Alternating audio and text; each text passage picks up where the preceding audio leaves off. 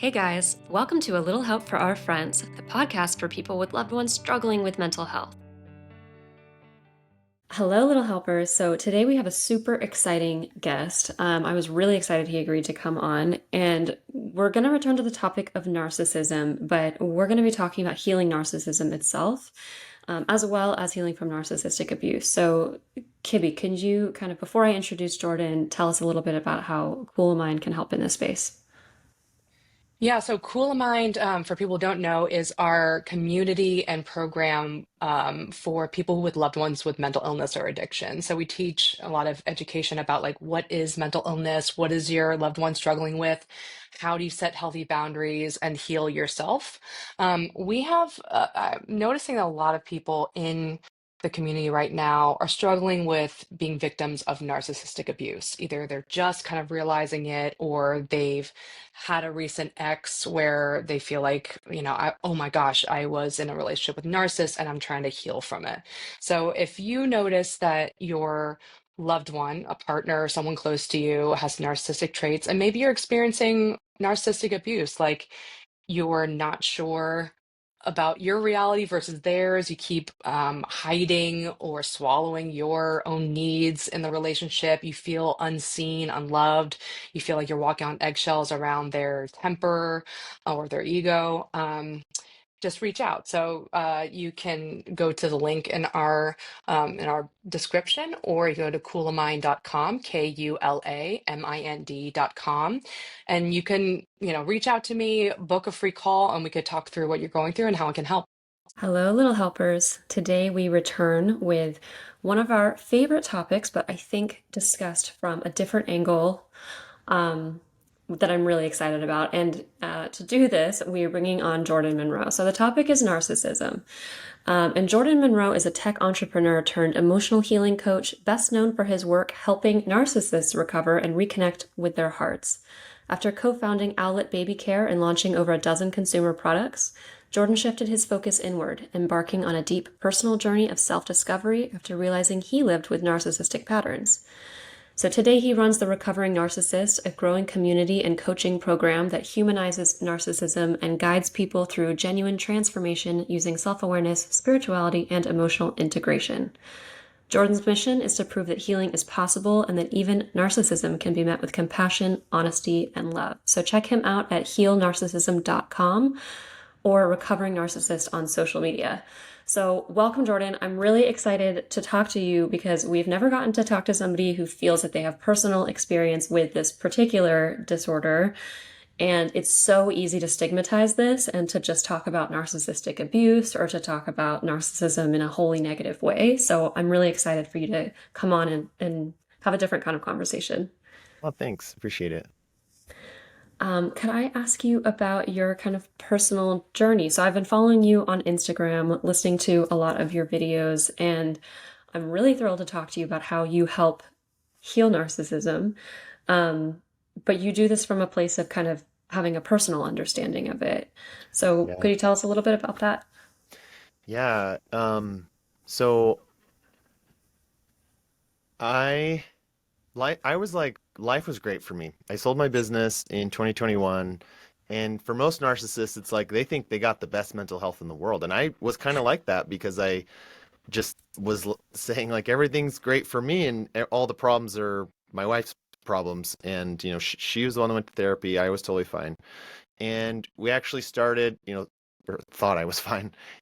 We started this trip around the world with our family, and everything was going good. And then we got divorced, and our relationship kind of, broke up, uh, imploded, and um, my narcissism got way worse. I was like, well, fine, I'm just going to become so much more rich and powerful, and that'll show her to ever think of not wanting me. Like I was deeply hurt by it, Yeah. and I went on this like total ego trip of like building a new business to get, more money and trying to date like as many women as I could, and actually told them I was dating them at the same time. Like I was just like, I'm gonna be solo polyamorous and you can get in line. And I was just honestly on this insane ego trip until I really fell in love with this woman and wanted to start committing to her. And I started to notice my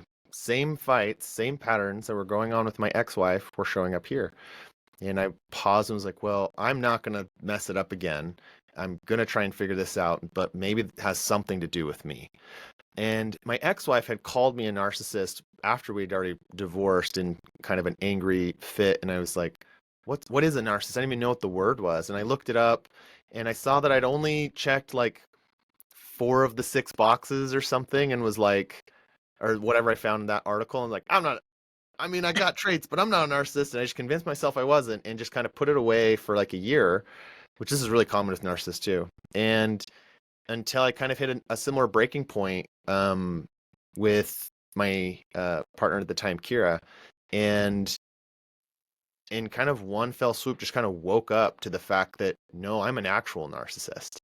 And at that point, it was like a spiral. And this is what they call narcissistic collapse. It's where the illusion of you being this amazing person breaks and you can kind of see through to all the shitty stuff you've been doing and how like the reality of things. And it's uh yeah, it's this scary wake up and I kind of spiraled for a long time. And I looked on the internet and all I found was just a lot of like anger towards narcissists, which I think is very valid and justified because narcissists hurt so many people. But I couldn't find anything that was like helpful or about healing. So I started calling therapists, and every single one that I called said, don't get freaked out about the internet. Like there's a kind of an angry story going on there, but a lot of it's not true. And you can heal. Narcissists can heal. And I just remember thinking that's so interesting that there's such a disconnect. And I just started on my own healing journey, and at some point just felt that that was the change I wanted to make, was to like talk about the truth that wasn't being discussed on the internet. And so I just started sharing my story. And I was I had seen enough healing in myself to say I think healing's possible, but it's also kind of a question mark. But I'm going to start documenting my journey. So I documented the journey at the same time was just talking about it, and it was really healing for me to like see my pattern and then go make a video about that pattern, you know, and like. Why did narcissists lie? I just lied, and here's why I caught myself doing, and just kind of like broke it down.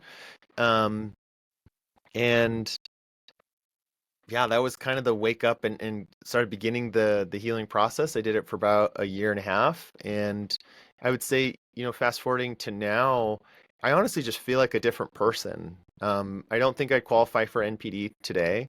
But I know that structurally, the way my mind is kind of organized, I would still um, go that direction in times of crisis or things like that. It's almost like an alcoholic who hasn't had a drink in 30 years, but they still call themselves an alcoholic because they know that if they do have that drink, they'll go down that route. And, while it is a little bit different, I still notice that, if I'm really hurt, by friends or family or something, I'll notice my mind trying to say how great I am and try to compensate in that way. But once you're aware of it, it can't really take over as much because you're kind of watching your mind, run those patterns. So, yeah, that's kind of my wake up story and fast forward in a nutshell. God, I have so many questions. So many. Uh, can you give us an example of the patterns you noticed that your different exes could, like, what you said that they called you a narcissist and they were getting through the same fights. Like what was it coming up in your romantic relationships that signaled to someone else like, oh, you might be a narcissist? My second partner, Kira, never called me a narcissist. Um, and Kira and I are now married, so No, that worked congrats. out. Yay. Uh, And she never called me narcissist, but she said, you really have this anger problem, you have a really big shame problem, and you have a real empathy problem, which like you don't listen to me, you get defensive instead. And so it's like I was working on those for 6 months before I ever even woke up to narcissism to begin with, but those were similar patterns that I had seen with my ex-wife. There, so I mean, we just I just graduated my PhD, and I feel like even I'm happy to hear that therapists were telling you, like, it's not true, narcissists can be healed. I feel like I did not receive that message actually. It was still pretty Sure. negative. Yeah. And one of the reasons is because in order to be receptive to that kind of diagnosis and all that it entails requires a kind of ability to look inward and accept a bit of an ego destruction Yeah. in the name of like being better for others that kind of seems to contradict the diagnosis in the first place. Yes, So, exactly. yeah, I'm wondering like how you were able to be receptive to that. And then I like want to stick on you at first and then talk about your clients later, but Sure. I'm also so curious about how you experience that receptivity with your clients or help them get to that place. Yeah. Well, for me, it's just like, I kind of hit that rock bottom and was looking at seeing the pattern show up again was just such a slap in the face, honestly.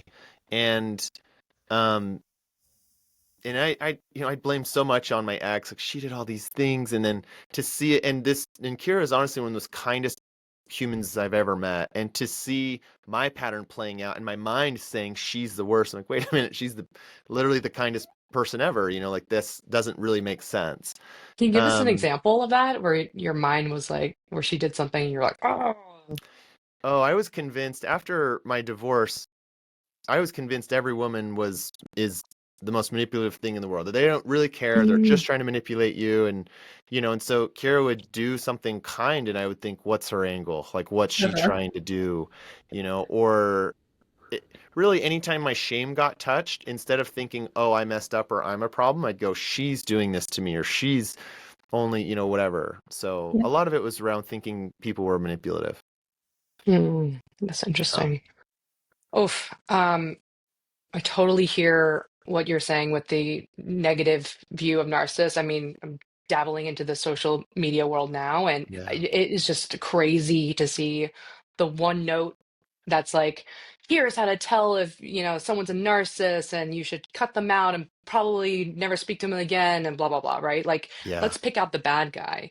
yeah, And yet, the things that you just said of anger and shame and wanting to not trusting someone else's intentions, even just like thinking, oh, I'm great when I get hurt.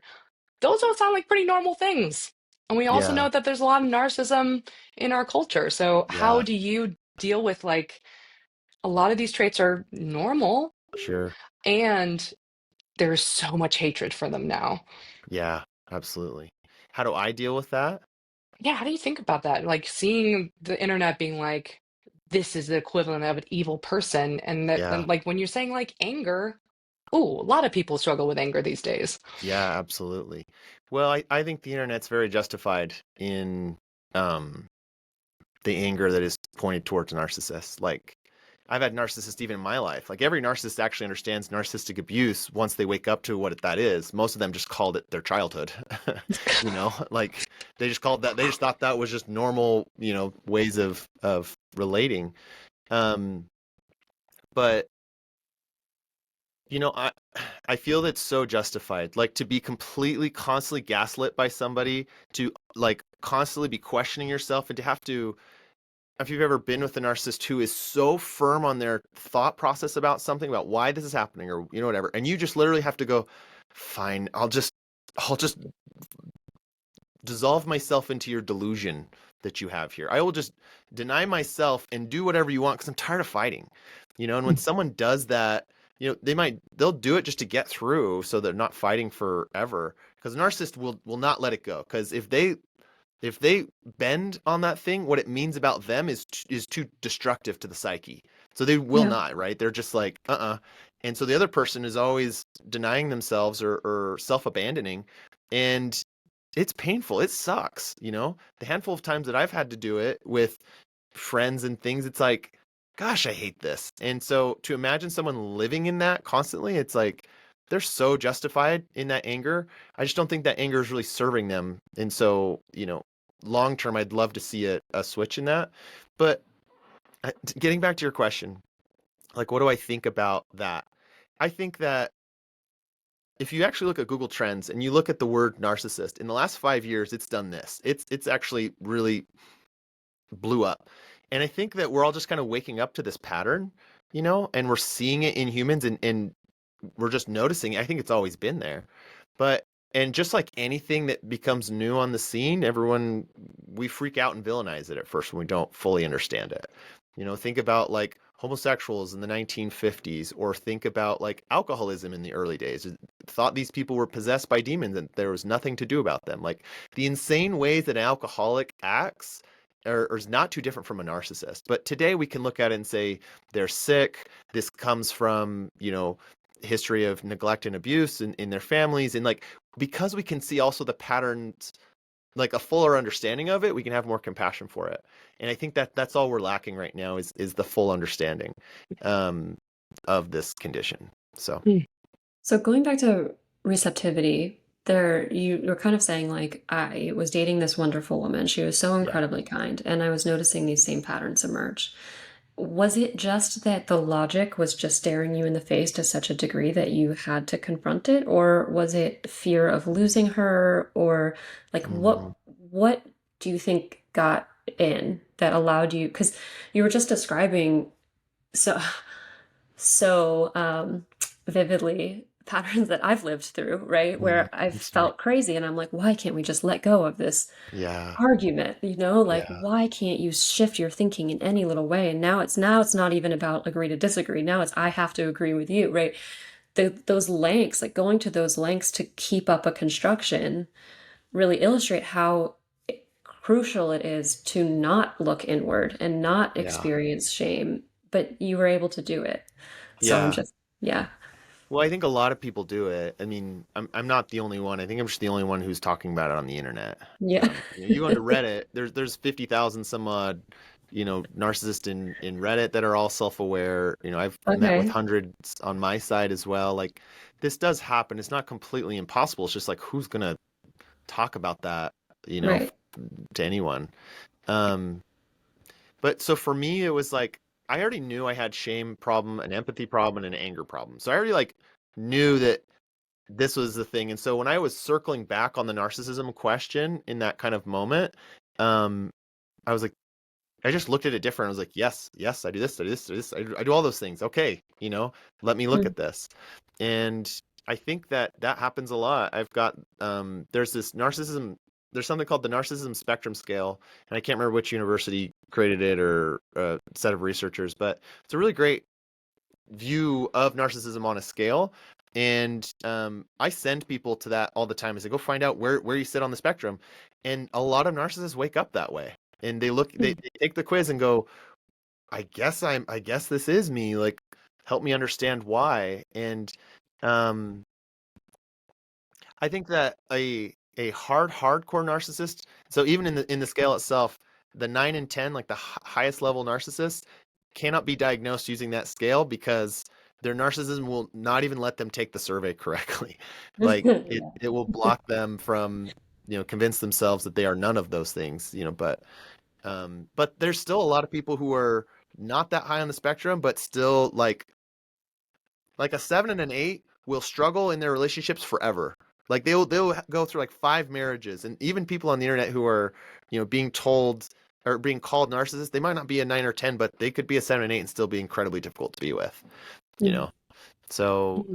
there's a lot of people I think who are able to look at it, and I think if today we change the concept of narcissism, if it wasn't this like evil, horrible human, I think a lot more people would wake up to it, which is a big part of my mission, is Yeah. to change that viewpoint because then more people can wake up, then less people are getting abused, less harm is happening, right? So, if Yeah. we as a society got together and said, let's Mm. look at this a little bit differently, like we could remove a lot of pain and suffering that's going on in the world. I mean, it is talked about as if it's synonymous with being a bad person. So if you are supposed Yeah, to accept that label, it's kind of like, oh, I'm an yeah. irredeemable Yeah, monster. my condition literally doesn't allow me to accept that, It's Yeah.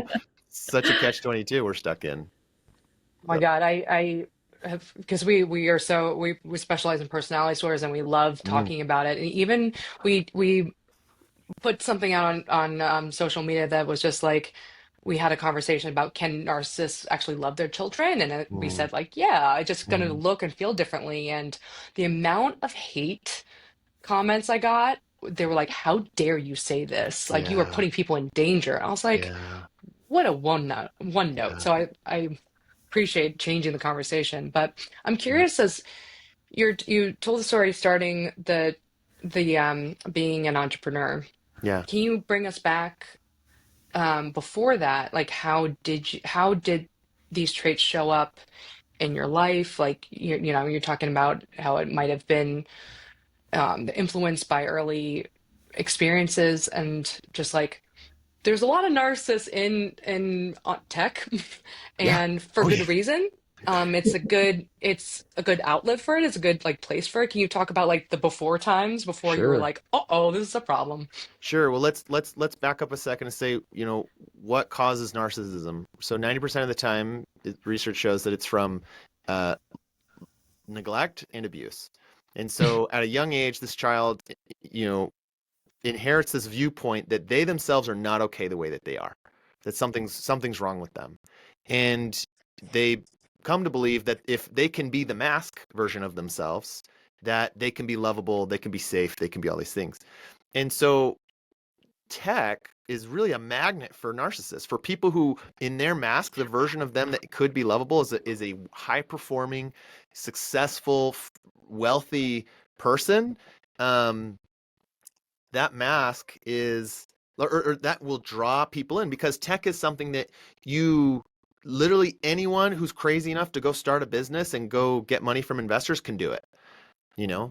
And so it's like it's just a magnet, I think, for people. And I think that there's certain industries that definitely attract, more narcissists because of the amount of power and wealth that exists in those industries. So, one, well, no, that's a little bit off topic, but so why was I drawn to it? Well, because I thought that was what I needed to be, essentially. That like the hyper successful, like I was like student body president in school. I was like played sports. I did all the things that got the attention that I needed. And I was always hungry for more. It's another thing really common on entrepreneurs. They can go make $100 million and then a year later they're back starting another business because they're like, I guess I need 300 million to be happy. Like they get back on the carousel because the truth is nothing can fill that void. Nothing can fill that hole of feeling like you're not enough. And so, yeah, I was always drawn to things that made me look good on paper. So I did sales in college, like a door-to-door sales, and I was really good at it. I just like was it tickled this part of my brain of like making money and performing and being better than other people in the office. And um, I was also drawn to this. So then I was again drawn to building a business because, same reasons. So yeah, Did you come from parents who really expected high achievement? yeah. Yeah, they rewarded it. It was like if I was good at church, if I was good at performance, like my mom had like a singing group, so I like did a lot of singing as a kid and through high school. And if I did well with money, like those are like I got a lot of attention, for doing those things. Did it ever cause problems earlier? I mean, did the anger show up before and the shame show up before, or was it just like, yeah, you were killing it, so keep going? Everything was Or good. Honestly, like no, like if I got touched on certain subjects, yes, like I would spark and be angry if you really touched my shame. But I think my ex-wife knew how to kind of avoid that and just make sure that never really got pricked. But for the most part, it was like a slow death. Like she just slowly was like not being seen because the truth is like narcissists are sitting there. I was like focused on my business and the thing that would make me great and I would do like loving acts, but they were like a show. It was like something I had to, but that's what I thought it was. That's what I thought love was, is like you go do this like fancy thing and you make sure that they see you do it and that's love. But when I was at the gas station, I never got her favorite candy. I didn't remember what her favorite candy was. When we were when I was out doing something, I never thought, does she want me to pick up something for her while I'm gone? I was literally just stuck in me world and I thought it was ADHD, and that's what we would just always fight about was my ADHD. And I'd say, I'm sorry, I'm just ADHD. What do you want me to do? Like I can't. Yeah. change this. And so I think she just felt honestly really unloved and unseen. Mm. Did you Yeah. have the sense of like you talk about having my shame touched, like if somebody touched my shame, did you Yeah. have a sense of what that was, like a particular insecurity, or was it more this amorphous sense of just if I'm criticized, then the kind of inner sphere, that sort of defective me will be seen. And so it was just any criticism, any kind of No, rejection would hit it. no. So I didn't know about if that it was my shame that was getting pricked. I just would Mhm. get angry and I'd be like, I don't know, I don't know what happened there, or my brain would come up with some excuse like, no, it's because you did this, or because, I honestly was just so blind to it. It wasn't until I started my healing journey that I started to like label my shame. I read Brene Brown Mm. and was like, oh, I created the list of like what am I actually ashamed of, and then starting to see the pattern of like, oh, those are the moments that trigger me. That's crazy. I was actually someone who would make fun of myself all the time. Like I was like in business, I'd say, I eat criticism for breakfast is literally what I told every employee. I was like, criticize me, like tell me what I need. But I could get criticized up and down, left and right, as long as you didn't hit making me feel shame because of being lazy, for being stupid, like because of my ADHD, for being weak. Um, there's like those handful of things. If you hit those, I would, oof, prick up. But almost never at work, only in the home. Mm. Yeah, or in friendships. You know. Yeah. Mm. How do you experience or explain the empathy deficit? Is it that Yeah, because it seems like it's come back online for you. yeah, So, because I think a lot of questions around neuroscience, for instance, are, right, is this like a developmental or like a physiological empathy deficit? Or maybe is it something that's buried? yeah, Because in order to have empathy, then you would have to see other people's perspectives and then understand that you're not perfect. yeah, So I'm totally. wondering how you experience it or explain it. Yeah, yeah. The way I see it in myself and in my clients is that it's not that narcissists don't have empathy; it's that we have really strong shields Hmm. against empathy, against letting in someone else's pain. Um, on one side, we're very self-absorbed because it's like we got the message at a young age that no one's going to take care of us. We had to take care of ourselves. And so that's the part of narcissist staring into the mirror, always focused on himself. And so it actually takes a level of safety to put away the mirror to look at someone else and say, what do you need? How can I help you today? Right? So I think that's one aspect, the safety, the feeling like able and capable. And then the other is honestly, like I think at a young age, most narcissists put up those guards and just like never let them down, never let somebody in all the way, or never like made it a point to look at someone's pain. Because if that's how you lived your whole life, your whole family did that. Like you show up at home and you had a hard day, and everyone says, your parents go, quit being so loud, like you're interrupting me. And then your siblings go, you're such a baby. Like you didn't learn to open up the soft and squishy parts to be seen. And you just thought, no one does that. We don't do that. I don't do that. People don't do that for me. I don't do that for others. And so something I really work on with narcissist clients is there's the quote from Rumi, which is the you have to keep breaking your heart until it opens. And we really actually have like a focus on trying to have that heartbreaking moment where I try to have them visualize or have conversations with their partner where they can feel their partner's pain. Like we do a meditation, they open their heart, like we do this long sort of like, you're safe, you can do this. And then we have their partner talk about something that has nothing to do with them, won't incur shame, won't make them feel bad, something that's hurting in them. And they, for the first time, will go, ow, ow, that hurts. Like, and that is like a first kind of experience for most narcissists, to be able to feel someone else's pain. And yeah, they have to keep like they keep breaking it open. And I've had people call me and be like clients, like, ow, this hurts so bad. Like I'm I can't believe this is like what a lived experience could be like, to actually let people's pain in all the time. And it's really beautiful to watch people change, because as the empathy opens up, then they are able to um, show up for the partner. So if I felt, so for example, I felt bad when I hurt my ex-wife for not getting the Sour Patch Kids at the gas station for her. If I actually for the first time went, ow, that hurt, it wires my brain to go, I don't want her to feel, because I felt her pain and I don't want her to feel it again. Just like Right. if I put my hand on a stove, wires my brain to say, don't touch stoves anymore, and I only do it once and it never hurts again.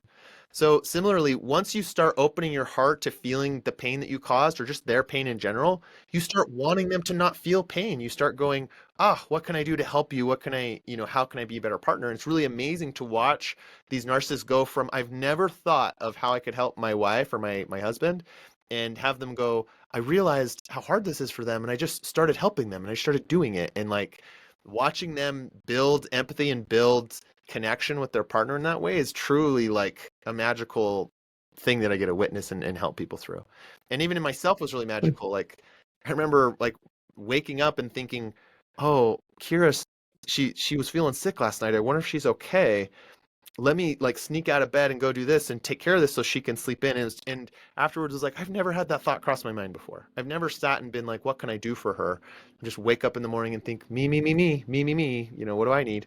And yeah, it truly is a change in our mind and our body to that I think every narcissist can do. It's not impossible. It's just we didn't know how to do it. Mm. That's so interesting. I love that. I love hearing that empathy can be learned and grown, and there's a block. I think some people are like, "Oh, no, no empathy. They don't even care." It's like there's something about the empathy that might be threatening. Yeah. Um, I'm wondering too, like I have the urge to be like, "Oh, that sounds normal," but if you're how do you, when you start to, see new clients or hear people who say, "Do I have narcissism?"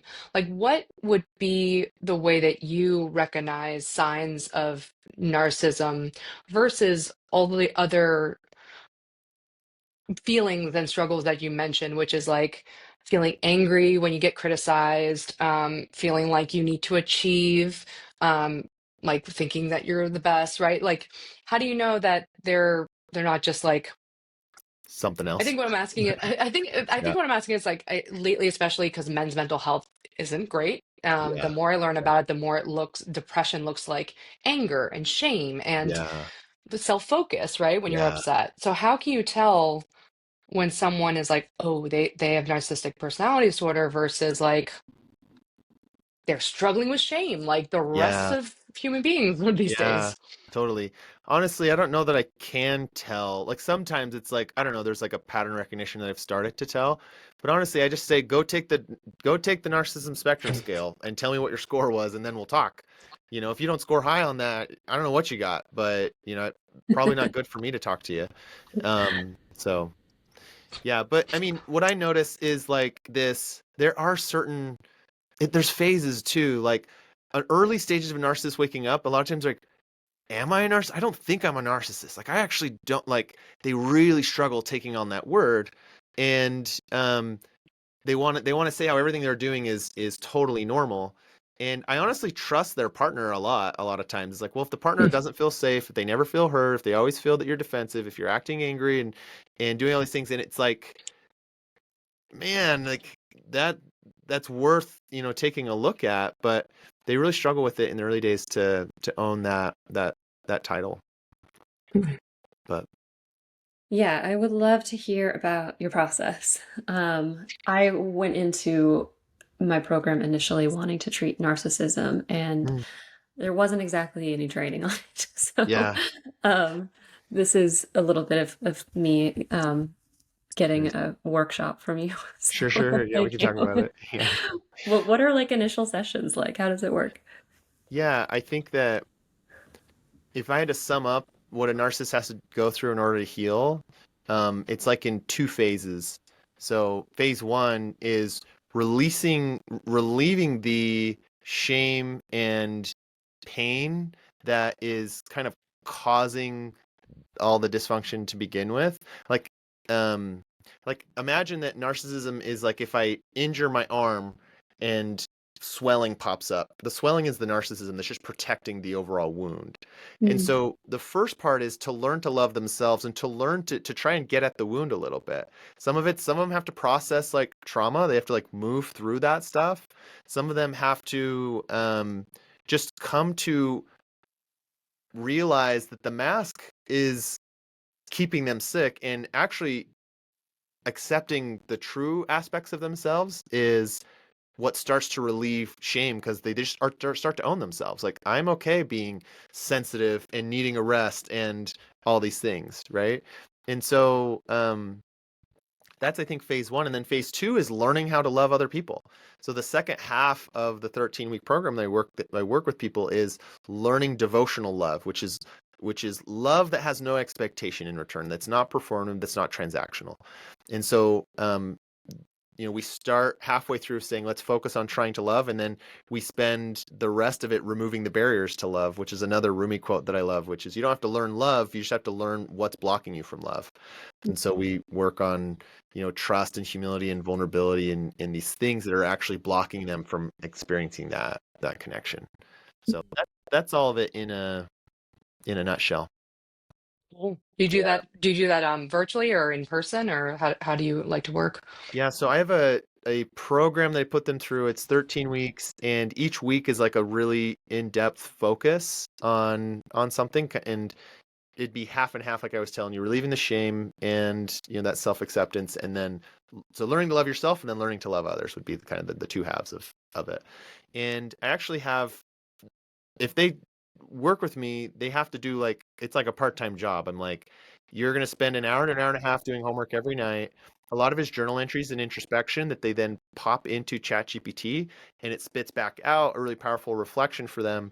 And then they go deeper with an activity where they actually go do something with their partner, kind of like a cognitive behavioral therapy. We're actually like doing a thing to start to rewire the brain in self-acceptance and then love. So What kinds of assignments might these be? Like what kind of activities? one that's really cool that I love to do Yeah. is authenticity. So we spend a week focusing on authenticity, and the whole week the journal entries are about what parts of you did your parents not accept? What parts of you did you love to do as a kid but you don't do anymore? What parts of you did you kind of have to put away because parents or your family system didn't allow for that? And they put all these like big journals. I tell them, put as much as you can in, because you'll get a really cool output when you get out from ChatGPT. And I give them a prompt, and they put these massive journal entries in. It spits back out the lost self and all the masks that they've been wearing to keep the lost self hidden. And it's really wild, because I tell them that your authentic self is a version of you you've never actually met. Mm. It's a version of you put away a long time ago. And they all say this. They're like, that feels like me, but also like it feels really far away, or it feels like maybe that itself is a mask. Like, they truly don't know themselves, and they have to come back home to for me, it was my sensitivity. Like, even on this call, I've gotten emotional a few times, just thinking about like my ex-wife, or just whatever. And I was like a deeply sensitive kid that I completely hid that, because I couldn't be weak, I couldn't be those things. And when I've kind of brought that home, it's really cleared up the shame of feeling like something's wrong with me constantly, and constantly have to wear masks. Um, and so they get this big spit out of the however many things that have been lost, and then they start working on how do I reclaim this? How do I start to, bring this back home to myself? Which can be scary for them. I mean, there's a reason they put on the mask to begin with. So This just sounds like a program I want to do. I'm like, I want to let's know like go. what parts of me should, It is fun. I mean, you're right, Dr. Kibbe, when you say that, like, these are all very normal things. And that's what's interesting, is like we can all relate to wearing a bit of a mask or needing to be something else. It's just narcissists kind of had to do it on a really intense level, so much so that they've like hid the truth from themselves, you know? So Yeah. Yeah. Do Sorry. you feel like there is I mean, we've talked about on this podcast before, that there are different types of narcissists. There's like vulnerable and grandiose and malignant, or yeah. uh, just in general, when you think of working with someone, are there types of narcissism or stages that they're in that you're like, this is not going to go well? Hmm. Are there like I guess I'm voicing the question that people have like are there some narcissists that just can't heal? Yeah, I would say the narcissists who can't heal are the ones who don't ever come to me. So I have a bias to people who come, Makes people who are sense. saying they want something. So there's probably a huge swath of people that I'm not privy to seeing because they're not trying. Yeah. Um, so I'm just gonna say I don't know on that. But whether they're grandiose or covert is not a problem for like they're just different. They're two sides of the same coin. It's just one side of the coin showing, but they have the same holistic issue kind of at hand. Um, and what was I gonna say? The only people that I struggle with are or who I see struggle are people who are not sure if they're really a narcissist and they're just doing it because their wife or husband kind of got them over there. And I've seen people performatively heal. I've seen them like, go down this route of and I can now smell it. I can now kind of see it and I just kind of filter for it before they come in. Um, but yeah. How can you tell if someone's going to perform healing? How do you tell? Well, it's like if they're only there because the partner told them to, and if they don't do any of Mm. the homework assignment, and if they're actually not asking questions or trying to be better, they're just telling you how great they are or how great they're doing at their healing, it's like those are all pretty telltale signs. Mm. I was just in Africa for 5 weeks, and it's interesting when I travel because I think when I'm home and I'm thinking about travel, I'm like, it's this amazing thing. And then after I do it, I'm going to be an even more amazing person. I come from like a high achieving family also, Oh, great. where I just feel like I have to like be more and more like awesome in all of these different ways. And then I'm in the Yeah. travel and I'm like, this is stressful and lonely and boring sometimes and hard. And like, I Yeah. think part of why I'm doing like most of why I'm doing it is I want to see things and everything, but part of why I'm doing it is because I feel like part like my meaning or purpose in life is like experiencing as much as possible and be like I don't know, like having more and more awesome experiences. And then I kind of had this moment in Africa where I was like, what if I have to stop swimming? Like, what if I have to stop traveling and just sort of be alone? And you kind of mentioned purpose with narcissism before, of this sense of like, you always have to level up, you always have to Yeah. get more and more money. It's never enough. And I guess I'm wondering how you help them regain a different kind of purpose, Yeah. what that looks like for your clients. For I think it, context, both of yeah. us are have narcissistic traits, but in different domains. Like I'm the school person, and Jacqueline's the life person. Yeah, totally. I think it comes down to finding what that authentic self is and nourishing that. Like narcissists are really good. I think a lot of people are really good at nourishing the mask, like doing the things that we think we need to do to get love. But like true nourishment of your true self feels it's fulfilling. It's like when you eat a steak dinner and you're just like, I'm full.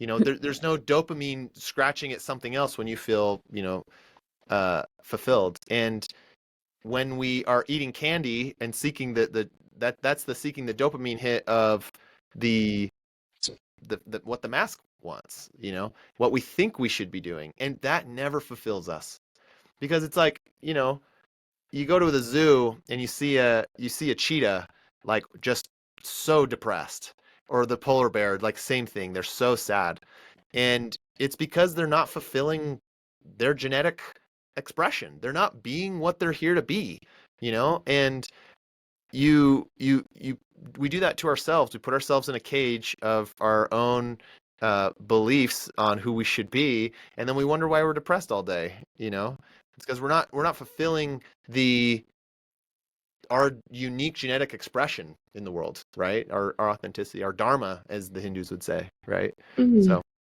It's like an addiction. yeah, yeah, Where do you feel like you're mentioning sensitivity? What are other things that fulfill you now versus before finding your authentic self and getting that yeah, real meal instead of candy? yeah. Um, One is just creative expression. So like my dad used to say, never be a designer. Never do a job that you would do for fun. That's just, creative work is like not work, basically. And so I was like, got it, sure. I started a business and did all the external, growth things. And it's been more recently that I've just really tapped into my creative side. And so, just like I love designing a great video or creating, like designing my office to look really, really cool and have like lights and, fun things like that. Like that's very, very nourishing for me. Um, Mm. yeah, just Oh, one example, same. but what? No. I said same. Yeah, yeah, Yeah. I wanted to just briefly give some time to, I know your wife is also, she's also now coaching, right? But she's yeah. doing it for the other side of the script of the empath. I Uh-huh. was Yeah, wondering, I mean, I know she's not here, but if you just wanted to say something about that, because that's such an interesting pairing of like yeah, you helping to heal the narcissist and her helping to heal the empath. And like, yeah, yeah. yeah, yeah. Kira is amazing. Like, I honestly like. I couldn't have done anything without her. She's the most intuitive, intelligent. She's a RTT therapist, so hypnotherapy, and she's just so good. But yeah, I mean, she started waking up to her own toxic patterns, her patterns of self-abandoning, right? And the truth that I think is really hard for people to swallow is that it takes two people to be in a toxic relationship. And yes, the narcissist is the one who is the bull who is like pushing things in a certain direction, but it's the partner of that narcissist who stuck with that person for years and called it love. Mhm. I mean, both people are at a certain amount of fault. And both people are just operating childhood patterns. So it's like we're not going to blame either of them and say either is worse than the other. Um, well, I mean, narcissist definitely hurts a lot more. I'm sorry for that statement, but I think that they are both participating in this. And so what Kira is, she kind of woke up to her self-abandonment. She woke up to the fact that she was basically saying she was giving me the permit every single day to go act this way and do these things. And so when our healing really started when she woke up and she started saying, I'm not going to self-abandon anymore. And Mhm. I'm not going to soothe his insecurities and I'm not going to dance around and walk on eggshells around him.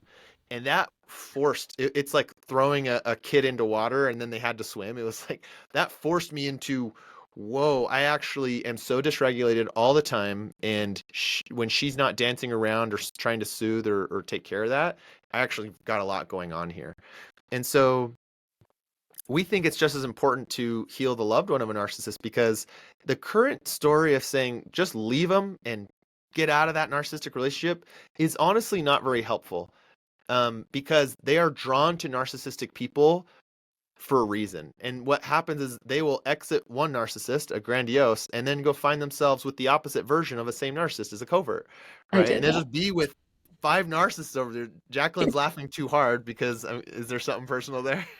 Oh yeah, I went straight from a grandiose to a covert slash grandiose. I think he kind of went Yeah, back and forth. yeah, But exactly. yeah. Yeah. But I, I Yeah. I fell for him in part because at first he seemed like he was the opposite to the first one, but then I found myself Yeah. in the same. Yeah. Yeah. And so like our message is like, hey, you could leave, but it might take, 2 years to heal from that relationship, and then you'll have a whole bunch of trauma from the pain of that, and then you'll start dating someone else, and you won't recognize that they're a narcissist until 2 years later. So you can go 5 years and then be in the exact same spot, or you can stay here and try to heal as long as you're in a safe environment, like it's safe, like they're not being abusive, physically abusive, or anything like that, right? Yeah. And that's where we just kind of invite because that relationship will force both of you to heal your patterns. And if at least you stay in the relationship and focus on your healing, you'll get to the end of it. And if they don't heal, well, great. You exited and you're healed and you'll go find, a healthy dynamic somewhere.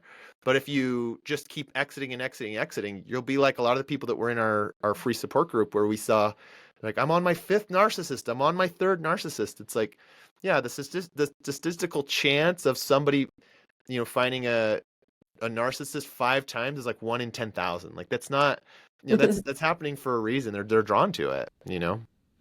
Well, I definitely want to talk to Kira because it seems like we're doing similar things. I mean, like Yeah, I'm doing a lot of work with narcissistic abuse and healing from that. I love But I that. have a question about that. Sure. Something that I struggle with when Mhm. talking to a loved one of a narcissist is A lot of the situation, not all of them, but not all of some of the situations are abusive, right? Yeah. Like the Yeah. narcissist, like, the anger can get violent or, really demeaning and, it's abusive situation a lot of Yeah. time with the domestic violence situations. I have a really hard time since I'm trying to teach them skills about how to like heal from that. I'm, you know, heal from that. Yeah. I have a hard time saying there's something that you do to co-create this abusive dynamic, right? That Yeah. feels like blaming. And Yeah, I think that's totally. why the internet loves to just say, just it's not your fault at all, just leave. It's Yeah. really hard to say there are things you could do to help your situation, because that also means you are like enabling it, allowing it to happen. Ooh, what do you do Yeah. with that? That's so hard because you don't want it to say that, well, because you enable it, you can't have any pain, right? Like the Right. truth is they've been Or through it's your intense, fault, right? intense amounts of pain being with the narcissist. And so, yeah, that's a really hard one to thread. I think Kira's able to do it really well because she was that person. So for her to say, I was self-abandoning, and she's just saying, this is my story, so people can see themselves in her, and it's a lot easier for them to go, yeah, I'm doing that. Okay, So when she works with loved ones of narcissists, she's just really helping them like take back their power, and you can do it in an empowering way, I think, too. And that's the message that she really tries Mm, to embody. it's wonderful. Yeah. Can you just speak real quick? We're gonna let you go soon. But Sure. how did she stick up for her? How would she approach you when she had decided that it was time to stop self-abandoning? Because I could see, in my situation, I would try to speak up for myself, and then I would get bulldozed. Yeah. And I would just be, as you said, so much of the time it's just like, fine, let's stop fighting. And of Yeah. course, me allowing myself to get bulldozed and still not leave Yeah. was inviting it to happen again. But I'm wondering Yeah. if you could kind of give an example of like a better way to go about it. Yeah. How she did it. Yeah. Hmm. Like one thing she did when we were calm and not in a fight, she would say, you know what I need is that I need you to listen with your heart and to not be defensive when I'm trying to say something that's hurting me. And this is like stereotypical hard thing, dynamic with the narcissist. And I was like, you're right. I should be able to listen. I'll do that. And she's like, okay, well, here's what I'm going to do. If you're ever being defensive, I'm going to stop the conversation. I'm not going to keep going until you're ready to open your heart and listen. And I was like, sure, boo, that'll be easy. And like, turns out that was like the hardest thing in the world. She'd be like, you're being defensive. And I'm like, no, no, No, I'm not. like bite my tongue and be like, sometimes I'd throw a fit, and she just held it and was like, no, I'm going to go over here. And that is extremely painful for a loved one of a narcissist to do, because you are risking disconnection with that person. You're right. Like you're risking that fear of abandonment comes up, and they go, so for them to do that, that's really hard. But they have to go learn how to nourish themselves, how to go and like, cool, he's doing a thing. I'm gonna go over here and nourish myself. I'm gonna go do what makes me feel content. I'm gonna go talk to my girlfriends. I'm gonna go paint. I'm gonna do, whatever it is that I need, so that my cup is now full. So when it's time to re-engage, I'm coming from a full place. I'm coming from like I'm taken care of, and I can like navigate this. So that was one she was really hard. There's quite a few that she was just like not going to engage. But it's a boundary is something you place not to control another person, but to um, control, like keep your energy inside, not leaking out, right? So that's, being really good at boundaries and doing it as a means to keep the energy in and keep you kind of sustained and thriving, is the way. Awesome. Give you Yeah. any last You're questions? lucky. I mean, I'm just like, you're lucky to have found her. It sounds like a I'm wonderful person. beyond And lucky. Luck doesn't even begin to describe it. She really is amazing. So, I hope you someday do a workshop for therapists because yeah, it'd I be really so want to. Yeah, I actually but had two narcissists who were therapists and graduated from my program, and they're gonna start taking some clients as well, because cool. there's quite a there's a lot, and so I'd love to do that, or even just kind of give therapists a different viewpoint too, and like some tools that they could use. So, yeah, that's something I'd love to do actually. So, Cool. Well, is there anything else you want to plug or share with the audience, like Yeah, I mean, the I name think of that your program or how to find you? this is probably drawing people in who are interested in narcissism because they think they have a client, a partner who is a narcissist. And the one I think important message I just really want to share is that their biggest fear is to shake up the relationship and to cause problems if they speak up or start taking back their energy. And the truth is, a narcissist will never wake up unless the loved one does something.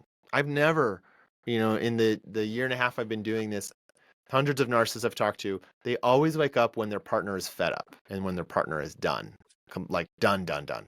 And Mm.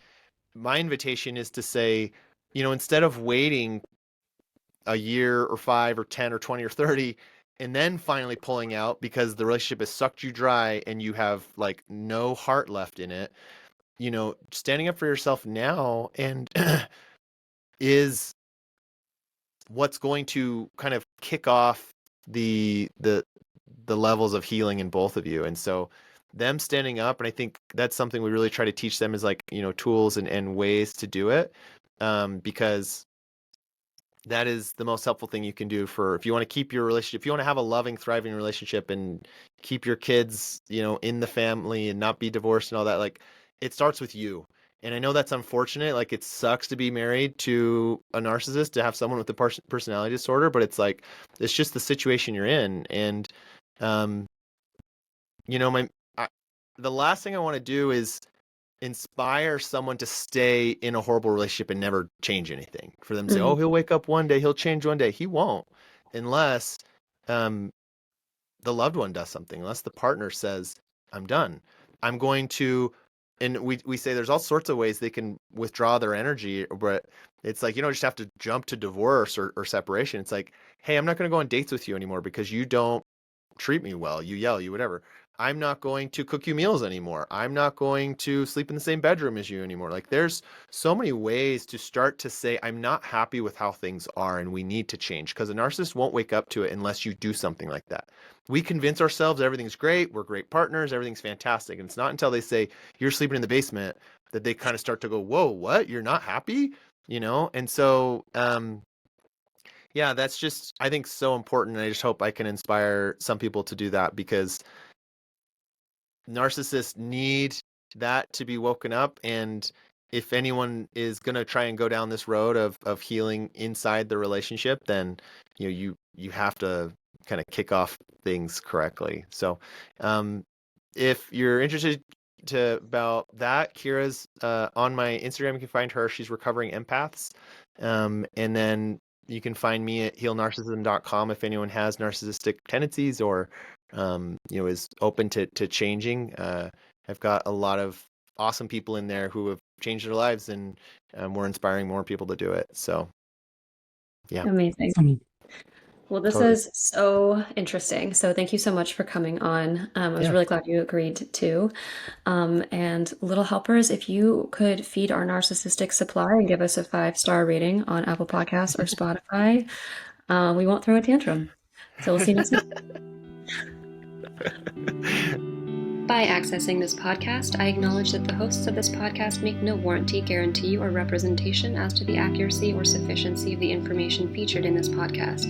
The information, opinions, and recommendations presented in this podcast are for general information only, and any reliance on the information provided in this podcast is done at your own risk. This podcast and any and all content or services available on or through this podcast are provided for general, non-commercial informational purposes only and do not constitute the practice of medical or any other professional judgment, advice, diagnosis, or treatment, and should not be considered or used as a substitute for the independent professional judgment, advice, diagnosis, or treatment of a duly licensed and qualified healthcare provider. In case of a medical emergency, you should immediately call 911. The hosts do not endorse, approve, recommend, or certify any information, product, process, service, or organization presented or mentioned in this podcast, and information from this podcast should not be referenced in any way to imply such approval or endorsement.